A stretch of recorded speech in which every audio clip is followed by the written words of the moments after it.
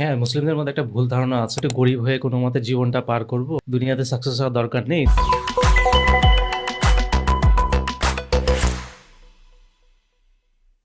খুব বড় বড় বিজনেসম্যান যদি তৈরি না হয় তাহলে কিন্তু এই দেশ একটা হচ্ছে ইকোনমিস্টের দৃষ্টিকোণ থেকে দেখলেও এটা আগাবে না, আবার অ্যাট দ্য সেম টাইম আপনি ধর্মীয় দৃষ্টিকোণ থেকেও যদি দেখেন এটা আগানো আসলে অত বেশি সম্ভব না। কিন্তু ব্যবসা তো আসলে ফান্ডামেন্টালি অনেক কঠিন, অনেক চ্যালেঞ্জিং, অনেক চড়াই উৎরাই পার করে তারপরে একটা জিনিসের ভিতরে যাইতে হয়। সো আপনি ওই জায়গাটা থেকে যদি একটু বলেন যে যে বাংলাদেশে তো আসলে এরকম এনাফ ব্যবসা তৈরি হয় না, এবং ব্যবসা বলতে আমরা সবসময় ভাবি যে শুধু টেকনোলজি বিজনেস হইতে হবে, কুল পশ বিজনেস হইতে হবে, বাট প্রত্যেকটা বিজনেসের মাধ্যমে আসলে ইনফ্লুয়েন্স তৈরি করা সম্ভব। ওই জায়গাটা নিয়ে যদি বলতেন যে ব্যবসায়ী কেন বাংলাদেশে আসলে অত বেশি এটা তৈরি হয় না আছে ভাই, প্লিজ। হ্যাঁ, মুসলিমদের মধ্যে একটা ভুল ধারণা আছে যে আমরা জাস্ট নামাজ রোজা করব, একটু গরিব হয়ে কোনো মতে জীবনটা পার করব, ব্যাস আর কি। তারপরে তো জান্নাতে গিয়ে বাকি সব কিছু পাবো। আমার ফোকাস হবে জান্নাত। দুনিয়াতে সাকসেস হওয়ার দরকার নেই, দুনিয়াতে টাকা পয়সা আর্ন করার কোনো দরকার নেই। সব জান্নাতে গিয়েই পাবো। এখন এখানে একটা বড় প্রবলেম হচ্ছে যে আপনারা যদি ইসলামের ইতিহাস দেখেন, রাসূলুল্লাহ সাল্লাল্লাহু আলাইহি ওয়াসাল্লামের সময় থেকে যদি দেখেন, ইকোনমিক পাওয়ার ছাড়া কিন্তু অনেক কিছুই অ্যাচিভ হতো না। যেমন যুদ্ধগুলো যে হয়েছে, বদরের যুদ্ধ, উহুদের যুদ্ধ যেগুলো হয়েছে, সেখানে এই যে আর্মস, তারপরে ঘোড়ার সাপ্লাই, এগুলো কারা দিয়েছে? রিচ সাহাবারাই কিন্তু দিয়েছে।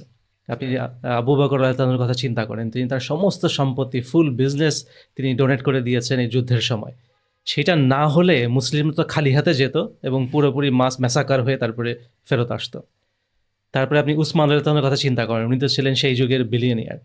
উনি যে যদি ম্যাসিভ ইনভেস্টমেন্টগুলো না করতেন এই যুদ্ধগুলোর পিছনে, তারপরে মুসলিমদের যখন একটা অনেক বড় দুর্ভিক্ষ হলো, তো তখন উনি হাজার হাজার উট পাঠালেন। ওনার যদি বিজনেসটা না থাকতো, আল্লাহ যদি তাকে এই বারাকাটা না দিতেন, উনি যদি এই তার একটা বিরাট সময় বিজনেসের পিছনে দিয়ে ইকোনমিক্যালি স্ট্রং না হতেন, তাহলে না যুদ্ধগুলোতে মুসলিমরা সার্ভাইভ করতো, না দুর্ভিক্ষতে সার্ভাইভ করতো।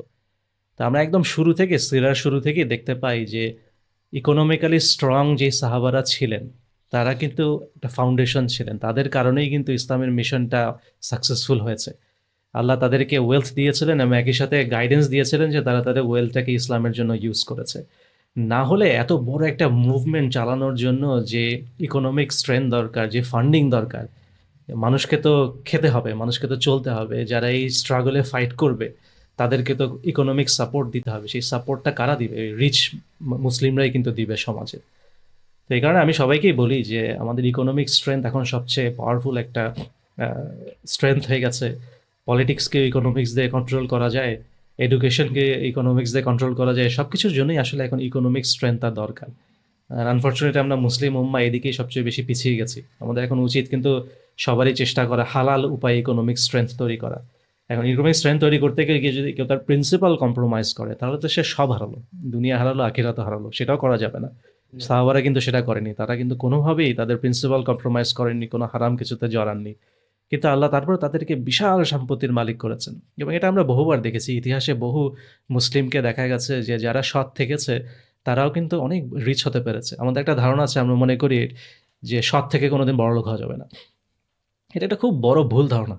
বহু মুসলিম বড়লোক আছে যাদের ফুলি সৎ বিজনেস আছে। আপনি মিডল ইস্টে যদি দেখেন, বহু বিলিয়নিয়ার আছে যারা সৎভাবে থেকে বিলিয়ন ডলার আর্ন করেছে, এবং দেখা গেছে তারা মারা যাওয়ার আগে সব ওয়াকফ করে দিয়ে চলে গেছে। এরকম অনেক মানুষও আছে, বিলিয়ন ডলার ওয়াকফ করে দিয়ে চলে গেছে।